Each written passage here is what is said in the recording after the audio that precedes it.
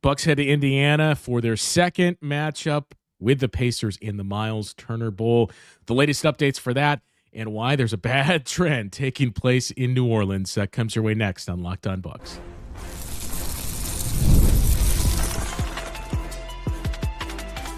You are Locked On Bucks, your daily Milwaukee Bucks podcast, part of the Locked On Podcast Network, your team every day. Welcome into Locked On Bucks. My name is Justin Garcia, joined as always by Camille Davis. We thank you for making this your first listen of the day, each and every day. Today's episode of Locked On Bucks is brought to you by FanDuel. Before tip-off, check the FanDuel app, see what's dropping during NBA Happy Hour every Friday from 6 to 7:30 p.m. Eastern Time. You can hear me on each and every Bucks broadcast as a part of the Bucks Radio Network. You can hear Camille and see Camille weekly on our Locked On NBA coverage and the Technical Foul podcast as well. And as always, we thank everyone for helping make the Locked On Podcast Network the #1 sports podcasting network in the industry. So a couple of hodgepodge items really here, Camille. We got the Bucks playing in Indy tonight. We'll take a closer look at that.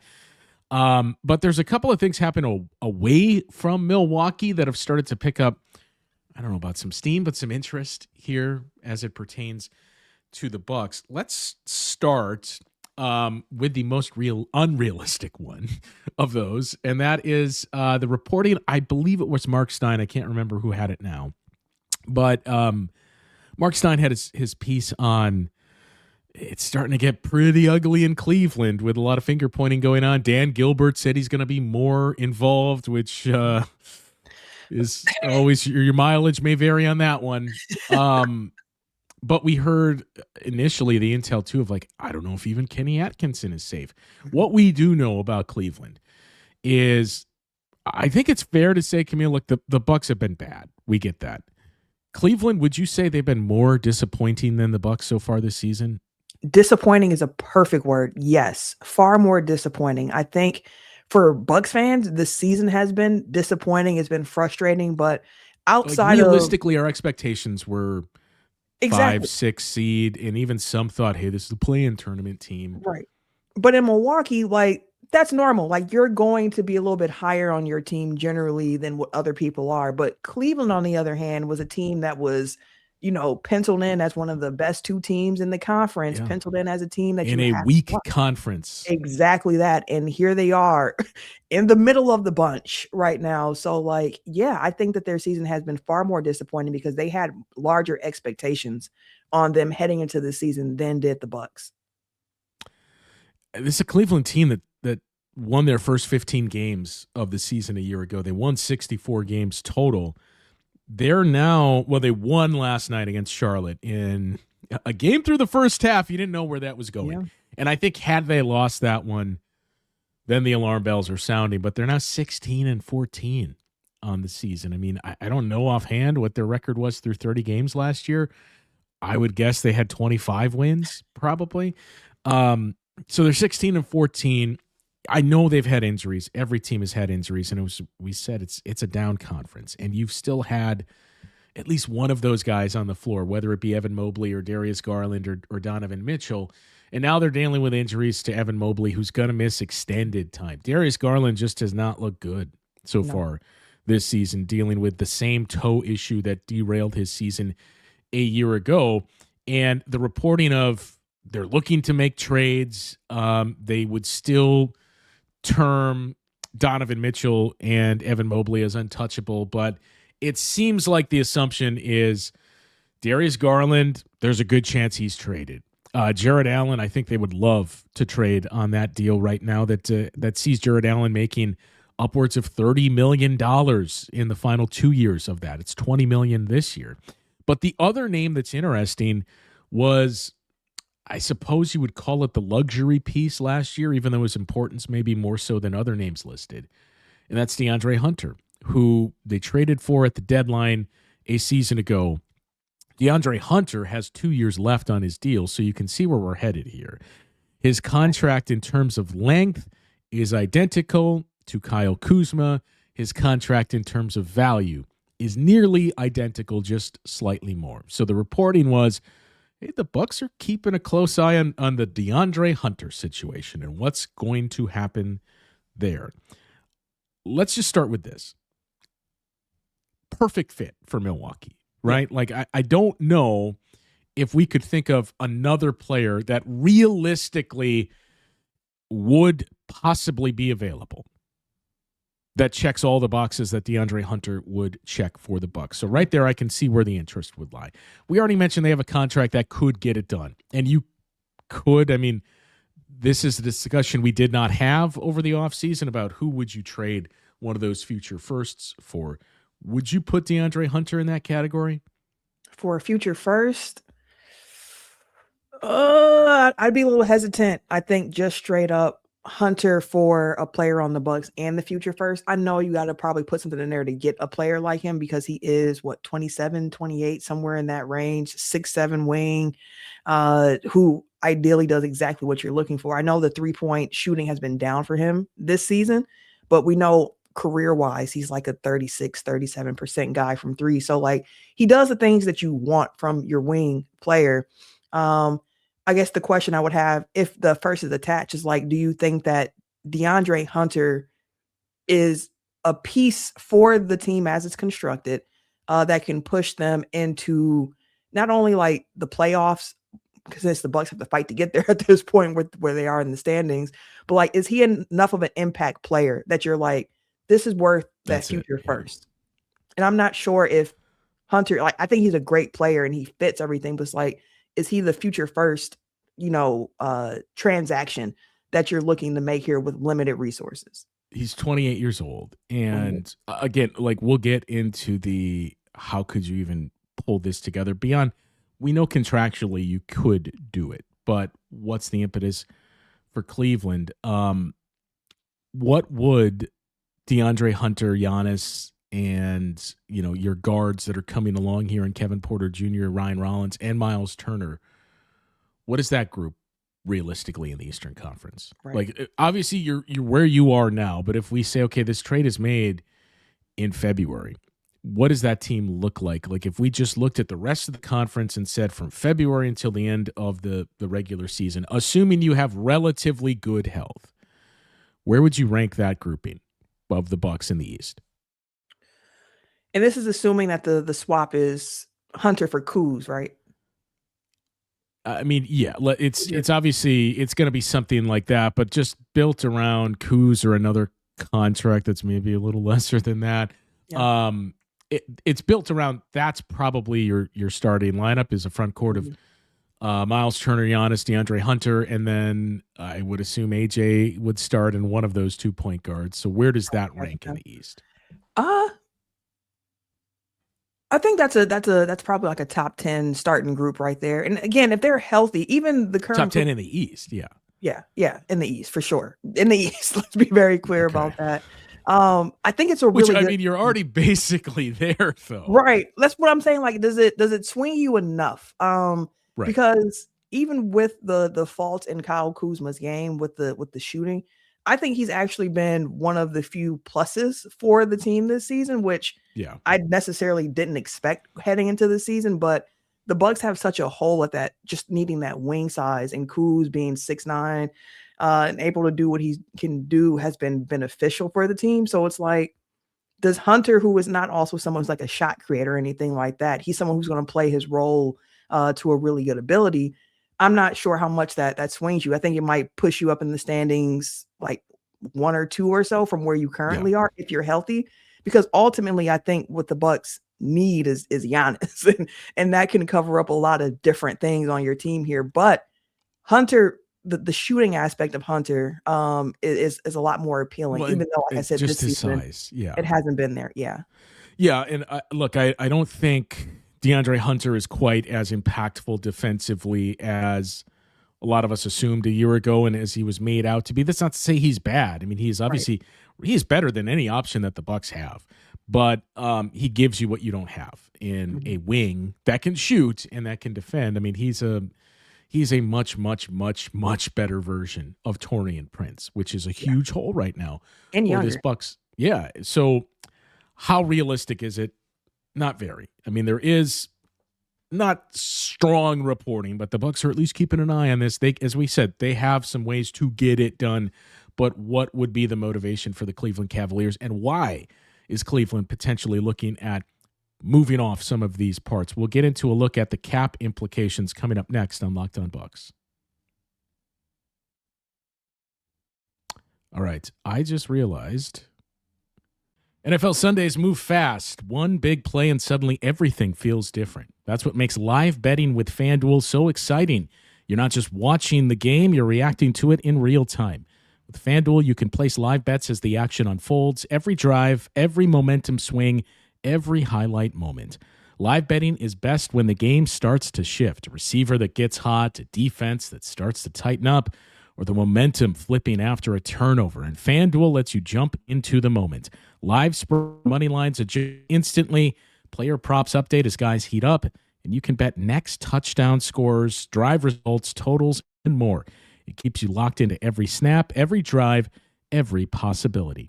So if you want to be right in the middle of action this season, visit FanDuel.com and place your NFL live bets all season long. FanDuel, the game moves fast, and so can you. So why would the Cavaliers do this, Camille? Well, it's simple. And again, let's just state this as many times as we need to. I don't anticipate the Bucks trading for DeAndre Hunter, but it's interesting to see the intel that's starting to come out of who are some of the names that the Bucks are kind of kicking the tires on and checking in to see, okay, just for no other reason than what's the direction that this team is looking to head right now. And as we said, DeAndre Hunter makes you a better team, right? It plugs a very, very big hole for this group. So the Cavs' motivation is simple, as we said at the top, probably the most disappointing team in the league so far. They have a salary total right now of $226 million, which is about 16, 19, I think, over 19 million over the second apron level. And I guess it's actually 20 plus if you include bonuses and whatnot in there. So Cleveland's motivation is simple. I believe, have they had a pick frozen yet? I know we've had some. I don't teams think they have yet, but I think they're on the way. Yeah, they're well on the way. And, your next year's salary that you're looking at, as of this moment, with 11 players under contract, is $241 million. And that is with a 223 second apron level. So they're going to have to start shedding money. Like, even if they turn this around and win, they are winning, but get to the level that they hoped to be, they're going to have to start shedding some of that money to get under the second apron and start to cleanse themselves and also reduce that pretty big tax bill. So that's why you're going to hear a name like DeAndre Hunter. I would assume they would much rather see, hey, can we move Jared Allen? Like, ideally, it would solve a lot of Cleveland's problem if you could move Jared Allen to a team that had a $22 million trade exception and say, okay, we're just going to go lean. It's Larry Nance Jr. and Evan Mobley. Those are our bigs, and we'll see what else we can find. But this is getting us to that point. That's why you're going to hear names like DeAndre Hunter, Jared Allen, et cetera, start to come up for the Cavs. They also can't aggregate deals, as we're well-versed now after last year with the Bucks. They can if it gets you under the second apron. If it does not, well, then you can't. So if you look at it and you say, well, what if you do this, this, and this? Yeah, I mean, you better send out very little and get back a lot in a trade if you're the Bucks in that scenario. So that's why Kyle Kuzma would come up the most, just because it is a legal trade. The Cavs would not be taking back more money. They'd be taking back less. They'd be taking back the same length of a deal, so they don't have to worry about taking on money down the road. But I just think, Camille, even if the Bucks were to offer the 2031 first-round pick and you put some protections on it, I would still say no if I'm Cleveland. Like, no, we'll see if we can get something else for DeAndre that helps us short-term, or we'll just break up other pieces to get there. So it's one of these things that, like, we bring it up because, hey, other people are saying this. I just don't see a pathway to this happening. I think DeAndre Hunter is one of those type of wing players that like every team that can see themselves contending would want to have on their team because he fits the prototypical what you're looking for from a wing, from the size, from the ability to play plus defense, shoot the ball, so on and so forth. He does everything that you would want. So I'm kind of with you of like, I'm not exactly sure why Cleveland would look at that and be like, yeah, well, we would trade for Kuz in this situation here. Because when they acquired Hunter last season, I remember saying like, man, that's a perfect He was the missing piece too, addition to what they have here. Because they also need some size on their team as well when you run with such a small backcourt with Mitchell and Garland when they're both healthy. Lonzo was another pickup for them this summer. I was like, I like that because it's some more defense, some more size, although Lonzo does not have the same burst that he did prior to some of his injuries. But ultimately for Cleveland, I think the thing I'm looking for with them is just like, how bad does it have to get before it continues to get louder? Like when I heard the Kenny Atkinson stuff of like, hey, the seat might be warming up in Cleveland for Kenny, I was like, really? Already? Like I understand like there are so many teams right now in the East in particular that feel like it's wide open. It could be our year. There's no reason for us to, slow roll this. We should go for it because it's open. It's our chance. It's our chance. But like Cleveland was what, like you said, 64 wins last year. 64 wins. They're struggling now, but like I'm surprised still to hear just how quickly it sounds like that seat is getting warm in Cleveland for a coach that has proof of concept of what he can do. We think. So I went back and read that report, and I really like Mark Stein and have for years. He was one of the I'm older than you, Camille, not to date myself, but like Mark Stein was one of the OGs in that space back to the Stein line on ESPN. It was, I mean, look, when you get to the level of a Mark Stein and Brian Windhorst, et cetera, like you don't just broadly speculate. So you're clearly going to put it off as speculation, but there's been at least one person that's put this out there to you. But it came across as more like, I wonder, do you look at Kenny Atkinson and making a move there as well? But yes, I was also struck by like, wow, already this is what we're looking at, huh? And look, here's the other big piece to this. It is a great deal of copium for all of us to look at it with Cleveland and say, somebody's got it worse right now. Somebody's going through it worse than we are because, yeah, you're a playoff team. But right now the Cavs are in the play-in tournament, and they won 64 games last year. And they were either them or the Knicks, but I think more money was on the Cavs to win the Eastern Conference this year. It's not to say you can't turn it around, but I do remember last summer, Camille, saying when all the discourse around Cleveland coming out of the playoffs was, yeah, but we were hurt. So disappointing to lose to the Pacers in the fashion that we did, but we weren't healthy. And we mentioned the Darius Garland injury. We'll get him next year. And I remember you and I talking about this on this very show. Like, guys, that is a very, very dangerous door to open and go through. You don't know what's waiting for you on the other side of that door. You can keep saying injuries all you want. We've lived that. We've lived the but injuries and then coming into all of a sudden like, why do the Bucks look like this? Why are the Bucks only playing like this? And then, okay, they've gone on a run. They've cleaned up some things in terms of their record, but there's still these underlying issues that are there. And it very much feels like that's where we're headed with Cleveland. And it also kind of feels like Cleveland is a dinosaur in the sense of the roster construction, that we are just, I'm not going to say none, but we are going to continue to see fewer and fewer teams that are built the way the Cavaliers are because of what this CBA has done in terms of how you have to build your roster without being penalized, both in terms of like your financial penalties and draft pick hits that you get, but also penalized in the sense of this is not how other teams are building their competitive rosters. Like they're building deeper, younger teams with manageable salaries, and you're funneling your money into one guy basically. And then as it starts to build up is when you start to have those conversations like Oklahoma City is a summer away from, in all likelihood, with those extensions that are going to kick in for their three big guys. Cleveland kind of jump-started the process with the number one, with the CBA going into effect when it did, but their salary structure already being what it was. And Orlando is going to be facing the same thing as well of, all right, win now because this is what waits for you down the road. So we're going to continue to hear Cleveland as one of those teams that's going to need to shed some money to get under the second apron.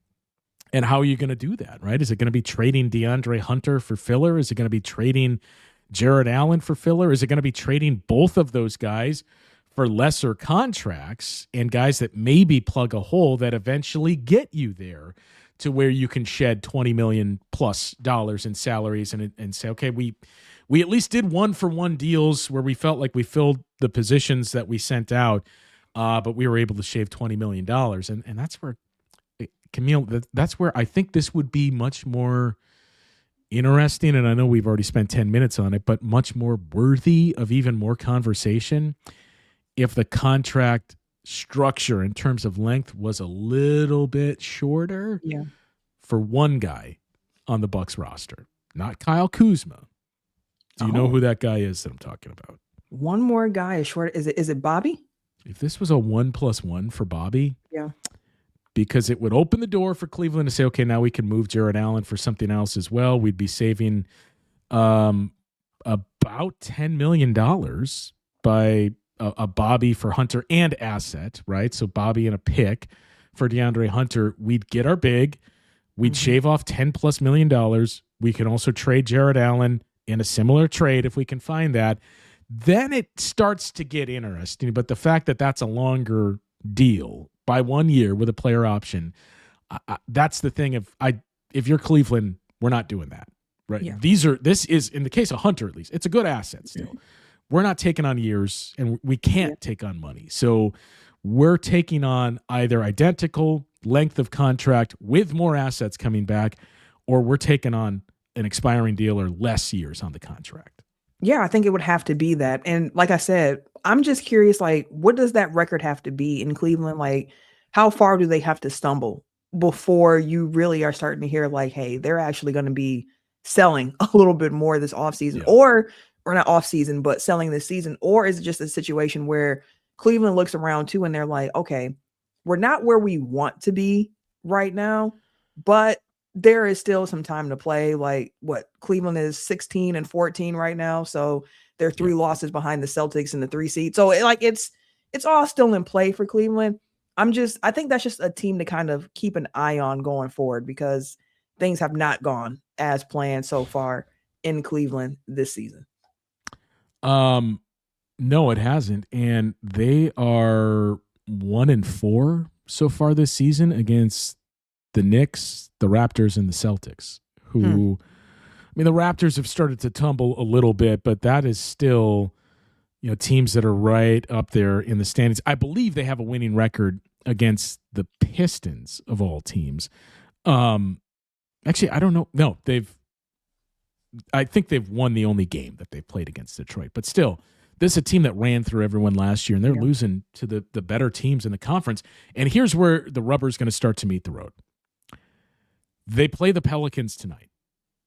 After that, so let's circle back on Cleveland and see where are things at, and can you start to circle the carcass potentially in January? Now, again, a lot of that has to do with you turning things around too. But after this Pelicans game, in New York against the Knicks on Christmas Day, in Houston against the Rockets on the 27th, in San Antonio against the Spurs on the 29th, then the Phoenix Suns on New Year's Eve. And by the way, that's a 2:30 game. Why can't we have an afternoon game on New Year's Eve? But I digress.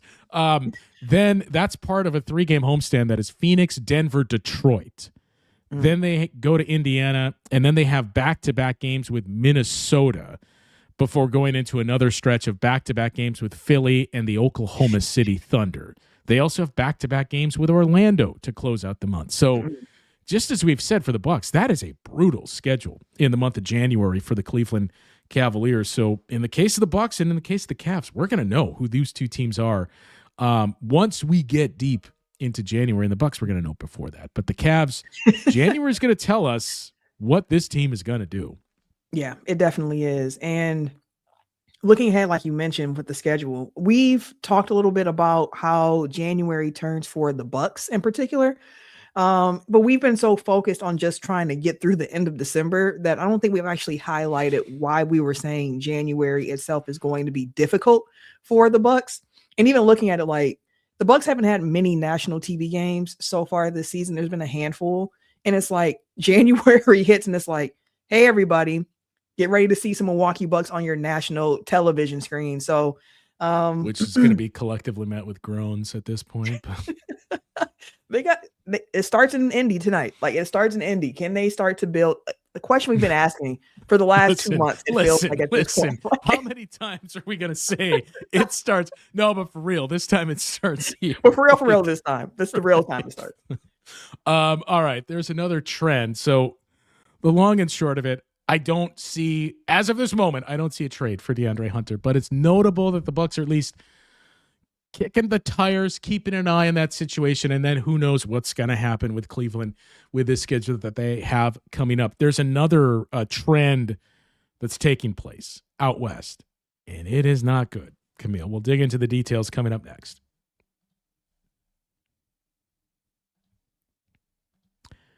Nobody knows your money goals better than you. Robinhood puts you in control of your money with tools that work as hard as you do. Locking in on every opening, beating your PR, beating it again. You channel that drive into your money. Robinhood puts you in control of your money. Trading stocks and ETFs, options, futures, and crypto all on one platform. You can now build and execute your own trade from a desktop with Robinhood's Legends Advanced tools. Or take advantage of the new Robinhood strategies with a tailored portfolio managed by a team of experts. You expect more from yourself, so expect more from money. Started today at robinhood.com/yourmoney. Again, that's robinhood.com/yourmoney. Your money, your move. And Camille, we should point out it's that time of year. You might as well, if you're looking for those gift ideas at the very last minute, there's still time to sign up for the Everydayer Club here as a part of the Locked On Network. Get the very latest on your Milwaukee Bucks. Get your shows ad-free. Get exclusive access to a Discord server and interact with the most hardcore of the Everydayers that are out there. You can find the link to sign up for the Everydayer Club in the episode description of today's show. The trend that is starting to take place in the West, Camille, and we kind of mentioned it at the end of that last segment with the Cleveland Cavaliers' next opponent, the New Orleans Pelicans, who have now won 5 straight games. Those wins against the Blazers, Bulls, the Houston Rockets, the Pacers, and now last night the Dallas Mavericks. So with this 5-game win streak the Pelicans have gone on, they're 8-22, which is good enough for third worst in the Western Conference. It is no longer the worst record in basketball that the Pelicans have. They're down to 5 now, Camille.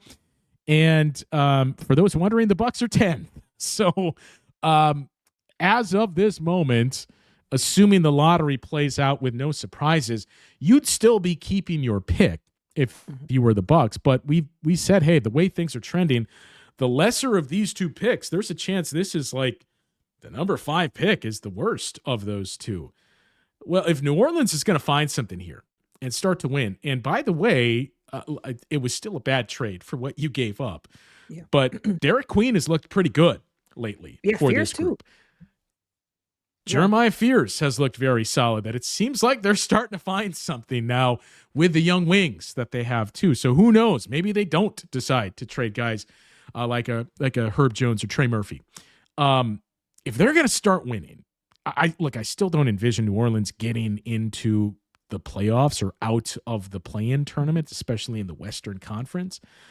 But I mean, I think it's incredibly likely they're going to pass the Utah Jazz. Like, Utah's going to keep that pick. New Orleans doesn't have their pick, so they're not incentivized to tank here. And then who knows what happens with Dallas? They've been playing much better, obviously, but who knows when Kyrie's back? Who knows if you trade AD and if you just say, okay, let's move on here. Like if New Orleans gets all of a sudden up to 11th, and that's where they finish, and that's where the Bucks finish, that we're looking at these two teams that are basically like 9 and 10, 8 and 9. Mm-hmm. It puts a lot of pressure on the Bucks to say, okay, maybe Again, we're not quite there yet, but maybe this is giving us our answer too of like, nope, if New Orleans is going to be winning and at least putting pressure on the bottom half of the play-in tournament, I guess we're going to have to do the same. And right now, I think New Orleans is only 4 games out of the play-in tournament, which is currently the last spot occupied by the Portland Trailblazers. So if they're going to do this, it's no longer you're guaranteed to get a good draft pick even with this swap. It's, maybe both these teams are picking right at the end of the lottery. And if that's the case, shouldn't you just push everything into the middle and say, let's just go for this? Yeah, I mean, I think part of the thing for the Bucks side of it is that as long as Giannis is on the roster, I don't think the Bucks have. They're not going to tank. Yeah, like they just can't. Given the situation with Giannis and understanding why he's in Milwaukee, like he's not here for the tank of any sort. Now, I've said it before, like if the season continues unrolling the way that it has, where there's just unfortunate injury luck, you just can't seem to get it together, woo, woo, woo, then, January or so, that's up for the front office to make a decision. But everything that we've heard still sounds like, regardless of that, the Bucks are going to look to be buyers at the trade deadline because they still believe in the bones of what this team has. And that they can compete this year. And we've seen it in spurts throughout the season of like, I think I said it this week of like, I still think this team is more talented than what the record has shown, but they have not executed well enough to have a record better than what they currently have. And even the coaching staff hasn't been good enough for them to have a record better than what they have right now. So they are what they are. But again, if they're healthy with Giannis, I just can't see the Bucks being like, hey, we're playing the standings game, watching New Orleans, so we're going to try to do it this way. And honestly, maybe this is famous last words, knock on wood, but I just don't see a situation where the Bucks finish worse than New Orleans anyway, even with them picking up a few wins here down the stretch. I just think that the Bucks still have more talent and they're in a worst conference between the two. So like the chances for them to really tank and bottom out just aren't really there for them, but it's something to continue to keep an eye on throughout the season because our pick isn't our own wholesale. Like it's the worst of two between us and New Orleans going to Atlanta. So it's something to keep an eye on as the season continues to go. And if the Bucks can get healthy at any point, we'll have to see how that looks then, because I think the answer is a little bit different too. If the Bucks are healthy and then they still don't perform, because then it's like, now what lever do you pull here? Because there's no more injury excuse. Like you have your Giannis on the court, you have everybody. Now what do you do? I would say the talent discussion, it's at least close. The difference is the Bucks have the elite talent in Giannis. I think you're seeing New Orleans has a lot of good players, but we got to see what Fears and Queen become here, but they have good rotational players. And I would argue at this point, I think we've seen enough to know they probably have more of that than the Bucks do, but it's just the Bucks have that top tier talent. The health component too, it kind of goes back to the Cavs discussion we had and the danger of like, but this team has been a 500 team with Giannis on the floor. And we've got much more, like 3 times as much of a sample size of that than we do when it was good for 5 games, basically. Like, well, but we got this. Yeah, but it's overshadowed by the rest of the data that we have. And, right now, too, New Orleans is number 5 in offense and number 6 in defense over the last 2 weeks during this win streak. The only team that has been better is the San Antonio Spurs, who are also 5-0 over those 2 weeks.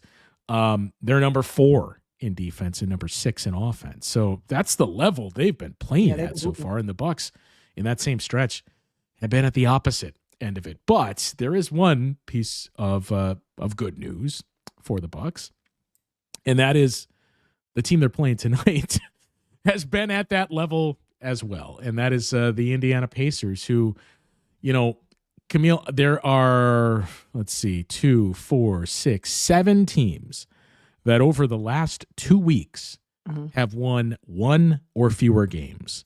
Yikes. The Bucks are one of them. Yes, the Bucks are one of them. Their opponent tonight is another one. That is the only team that's gone winless in that stretch, in the Indiana Pacers.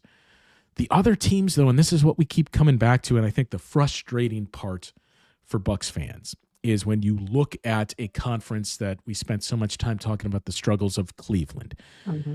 You look at the rest of it, right? Toronto was one of the better teams in the league. Obviously, a big piece of that was they lose, which is even funny to say, but how much things fall apart when you don't have R.J. Barrett, of all players. But Toronto is now down to 5th in the Eastern Conference, and they're sliding closer and closer to 500.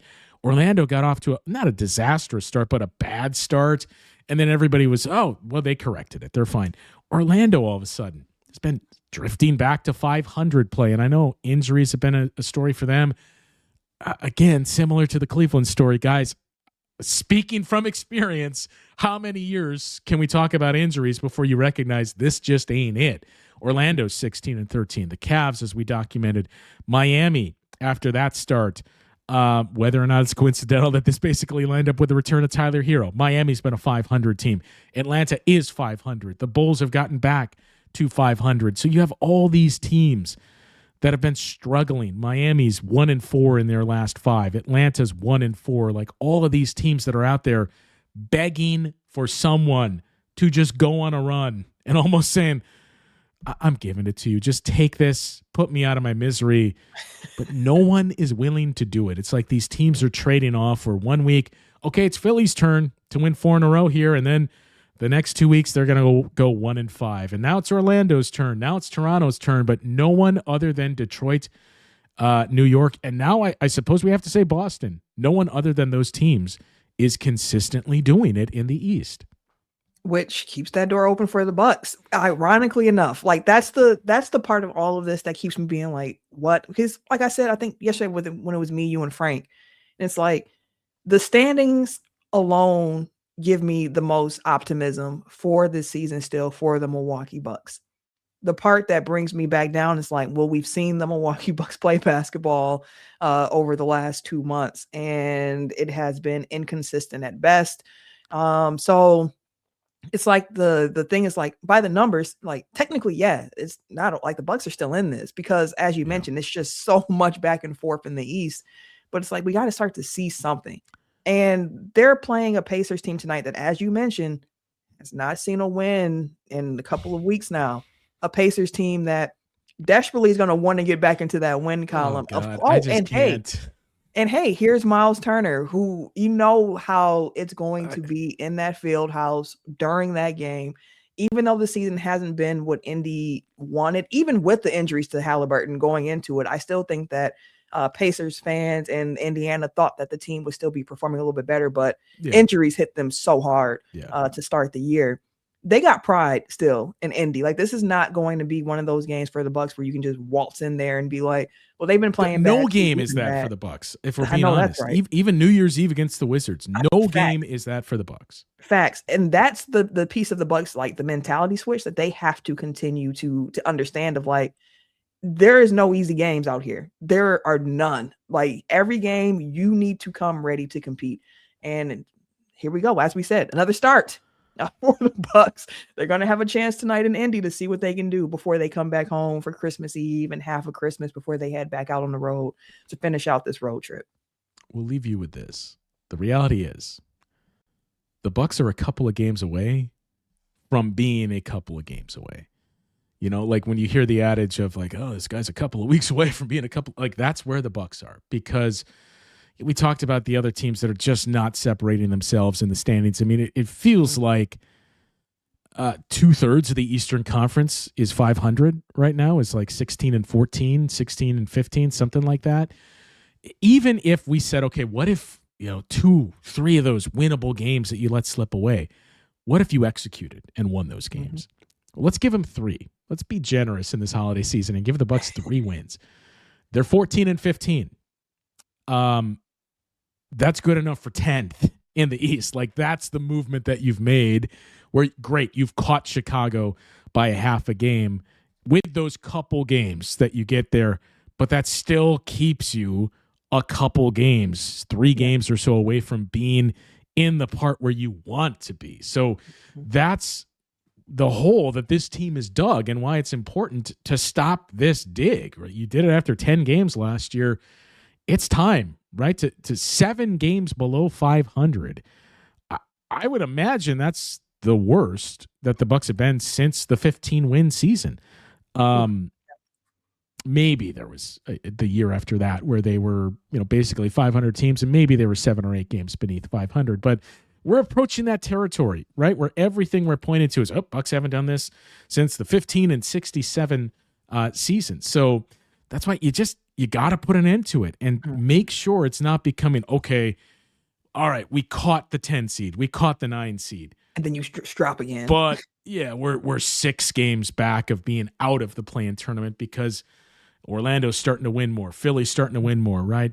Toronto got healthy and they're starting to win more, and we just continue to play like this. So you just got to put an end to it and get those couple games under your belt. And for the love of God, all I ask for Christmas, Camille, is can we get back-to-back wins before the calendar year comes to a close? Like, that is objective number 1 here. Back-to-back wins before we move into January. I do not want it to be a thing where it's literally 2 months since the Bucks have won. It's almost there. Right? Almost if they there. don't win these next 2. Like, the pressure, like, I don't want it, like, I can't even remember, like, when the Bucks went 4-1, like, how it felt, where it was like, man, this is going to be a really fun, like, when the Bucks last won those back-to-back games, Justin, I was in Vegas having a great time. I was checking my phone, seeing the score, had the bar, put the game on the TV, watching Ryan Rollins cook the Warriors, and it was like, man, this is going to be a great year. And things have what not it felt like. gone. You know what? We've gone really long here, but this has been an event session and therapy session. Yes, it has. You know what those first 5 games felt like? What? A fever dream? Well, what was the year? Was the 20? I'm getting my years confused now. 2017 playoffs, where you lost in 6 games to the Raptors. But in Game 6, what was it? Was it 20 or 21? When they had that big comeback, came back, you tied the game, and then ultimately lost the game anyway. Like, that's what it felt like. Of like, oh my God, this is. All right, this is everything we heard about. They're playing fast. They're playing on both ends of the floor. This is a different style of basketball we've seen. And then it's just gone for the next 20 games. And you're just searching for that feeling again. You're just like, can we get back to that somehow, some way? We'll see. Well, you got to get back to it tonight against a struggling Pacers team. I haven't looked at the lines. I would imagine Indiana is favored, though, even though it is night 2 of a back-to-back. Yeah. That's what you got tonight, and we know what you're going to expect with that atmosphere and Miles Turner making another return to Indy. So we'll have the post-game of the matchup against the Indiana Pacers coming your way on tomorrow's episode of the show. Tomorrow's Christmas Eve, right? Yes. So we'll have that. Christmas Day, we're not going to have a show.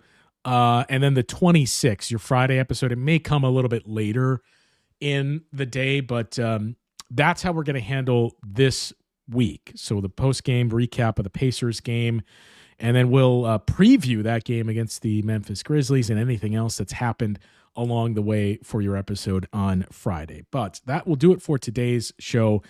Thanks, as always, to everyone for making the Locked On Podcast Network the #1 sports podcasting network out there in the industry. Thanks for tuning in today.